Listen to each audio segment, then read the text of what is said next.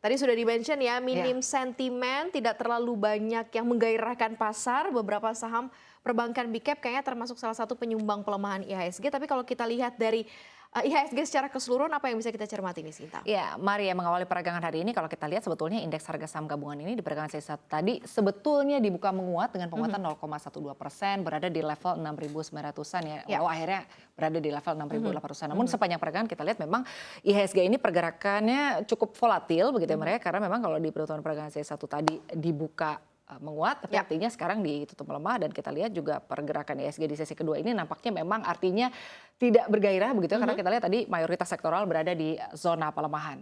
Kalau dilihat juga tadi kan meninggalkan ke level penguatan itu menjelang penutupan perdagangan di sesi pertama sebenarnya. Jadi tekanan cukup dalam, sebenarnya lebih banyak aksi di sesi kedua ini nih, sehingga tekanan-tekanan terjadi dan ditutuplah di zona hijau, di zona merah pada perdagangan hari ini. Tapi kalau kita lihat dominasi sentimen, nah kan mungkin sepi, tapi kan pasti ada satu nih faktor yang cukup memberatkan pasar nih, Sinta. Ya, kalau kita lihat sebetulnya pasar saham Indonesia memang masih diwarnai ketidakpastian ya Maria, kalau kita lihat secara umum begitu. Artinya kita lihat saja dari pasar global begitu ya. Amerika Serikat memang baru saja merilis manufaktur yang menunjukkan kinerja industri yang memang membaik dan juga angka pengangguran yang memang sebetulnya menurun gitu.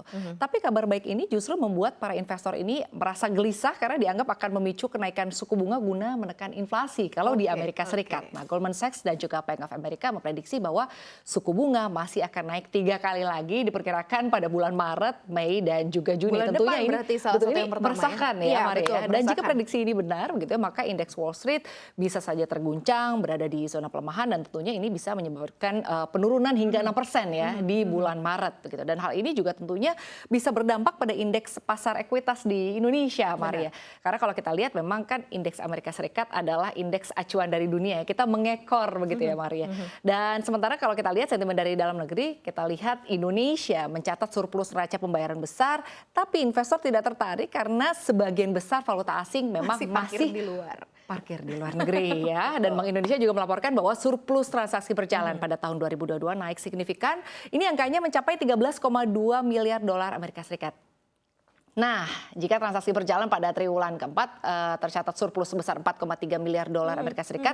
Tapi kalau kita lihat capaian surplus triwulan sebelumnya memang ini sebetulnya sedikit melambat, Maria. Artinya kalau kita lihat secara keseluruhan, neraca pembayaran Indonesia pada tahun 2022 tercatat surplus sebesar 4 miliar dolar Amerika Serikat, dan karena itu investor juga masih menantikan ya langkah konkret dari pemerintah Indonesia untuk menarik valuta asing yang memang terparkir di luar negeri. Jadi harus dipikirkan ya, artinya akan ada poin-poin interest apa yang membuat para pelaku ekspor ini mampu untuk memarkirkan dananya kembali di Indonesia. Karena kalau kita lihat memang ya kebijakan DHI ini kan parkirnya itu di Indonesia harus 3 bulan, lalu juga harus dikonversi ke rupiah begitu, dan totalnya harus sekitar 30%. Nah, kita lihat ya apakah ini cukup membuat artinya para pelaku usaha khususnya yang melakukan ekspor gitu berminat begitu ya untuk memarkirkan dananya di Indonesia. Karena kan kalau dilihat dari apa yang diambil oleh para pelaku pasar, khususnya pelaku ekspor, kan mereka tahu bahwa Indonesia mengembannya adalah devisa bebas. Jadi selama ini mereka memang in out-nya tidak terarah gitu ya. Dan sekarang diminta sebenarnya untuk dalam upaya menstabilkan nilai tukar rupiah. Tapi tampaknya masih belum nih, kurang mungkin 3 bulan atau mungkin dikecilin lagi 1 bulan gitu ya. Kira-kira akan cukup tertarik atau tidak nih? Atau mungkin interestnya yang jauh lebih baik jika dibandingkan dengan Singapura misalnya, tempat parkir di Singapura gitu ya. Ini dia nih, kita masih kurang kompetitif sehingga mungkin ini belum bisa sebagai salah satu policy khususnya di monetary policy untuk menahan DHE di dalam negeri. Mungkin ada yang lain gitu yang bisa dipakai ya, operation twist, atau mungkin balik lagi ya naikin suku bunga ya kalau itu memang sebagai salah satu langkah gitu ya. Tapi seperti apa nih kabarnya rupiah nih kalau sekarang kita lihat, karena kan memang akhirnya semuanya akan ke sana nih, Sinta. Ya, kalau kita bicara mengenai nilai tukar rupiah ya memang di perdagangan hari ini saja ya kita lihat memang pergerakan rupiah ini cukup berfluktuasi melawan dolar Amerika Serikat, dan kalau kita lihat lagi begitu ya pergerakan rupiah masih tipis-tipis saja, Maria.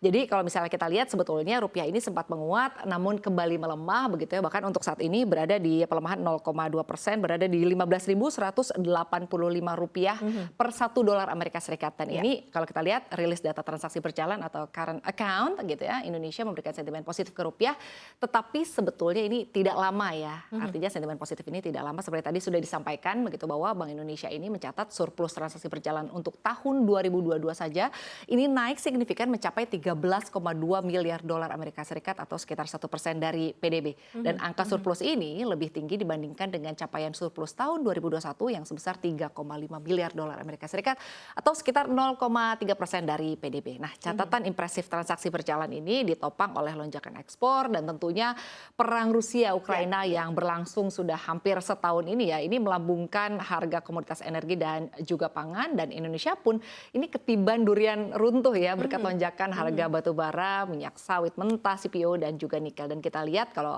ekspor barang ini tercatat sekitar 292,55 miliar dolar Amerika Serikat pada tahun 2022, sementara untuk impor tercatat ada di 229,87 miliar dolar Amerika Serikat. Nah, dengan demikian artinya neraca ekspor impor barang ini mencatat surplus sekitar 62,68 miliar dolar Amerika Serikat.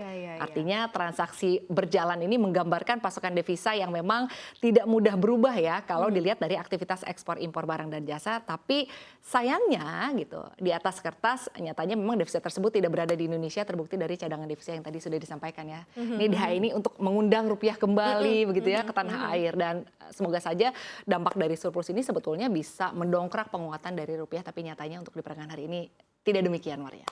Karena kita pernah lihat di beberapa minggu kemarin ya, bahwa rupiah pernah sempat kembali juga di bawah level 15.000. Tapi sempat di sekarang 14.900-an ya? Sempat di 14.900-an. Jadi sekarang ketika ada di level-level di atas 15.000-an lagi, kayak perlu berbagai macam amunisi lagi nih ya untuk menarik rupiah bisa stay atau masuk dulu ke Indonesia.